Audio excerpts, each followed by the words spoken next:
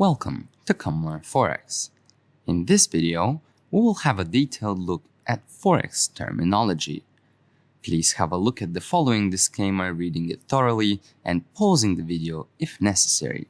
In this video, we will be looking at the following commonly used Forex terminology: bulls and bears, liquidity and spread, pips and points, as well as some examples.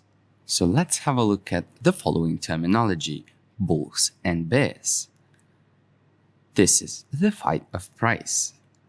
Bulls are said to take price up, while bears are said to take price down.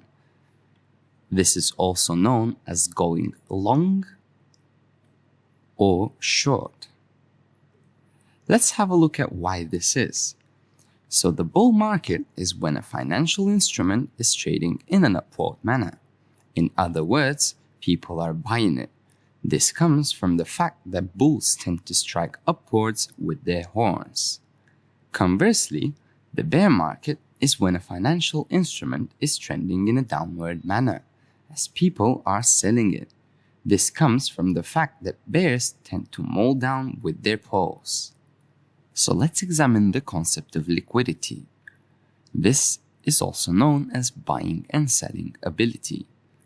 In the Forex market, liquidity pertains to a currency pair's ability to be bought and sold without causing significant change in its exchange rate. A currency pair is said to have high levels of liquidity when it is easily bought or sold, and there is a significant amount of trading activity for that pair.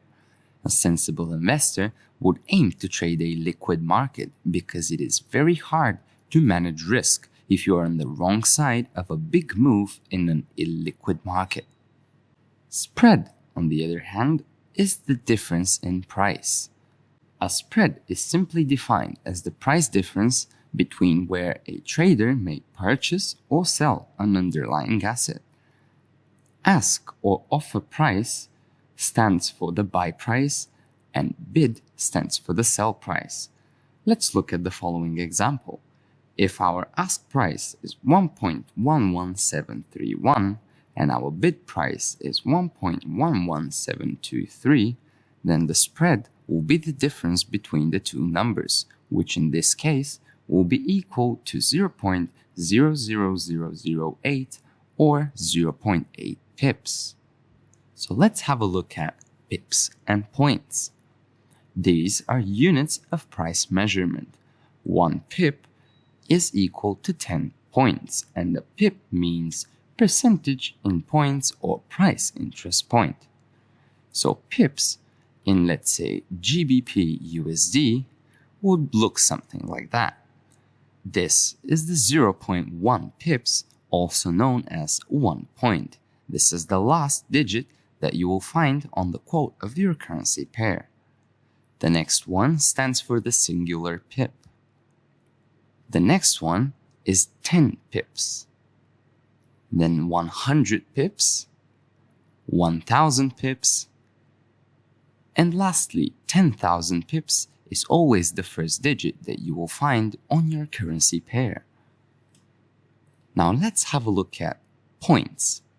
For example, at XAU USD, also known as gold. Price will look something similar to this. And this is the way we read it. The last digit will be 1 point.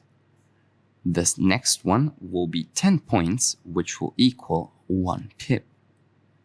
Then it's 100 points, 1000 points, 10,000 points, and the first digit in this case will give you a count of 100,000 points. So let's take a look at a couple of examples. Let's have a look at GBP USD with a price of 1.32623. Let's say we add 1 pip to that current price. The new price will now become 1.32633. If we were to add 10 more pips to that price, it would now become 1.32733. In case we were to add 100 more pips to that current price, the new current price will become 1.33733 for a total of 111 pips added from the first price of 1.32623. If you have enjoyed this Forex related content, please do not forget to like and subscribe. Also, comment below on what you would like to see next.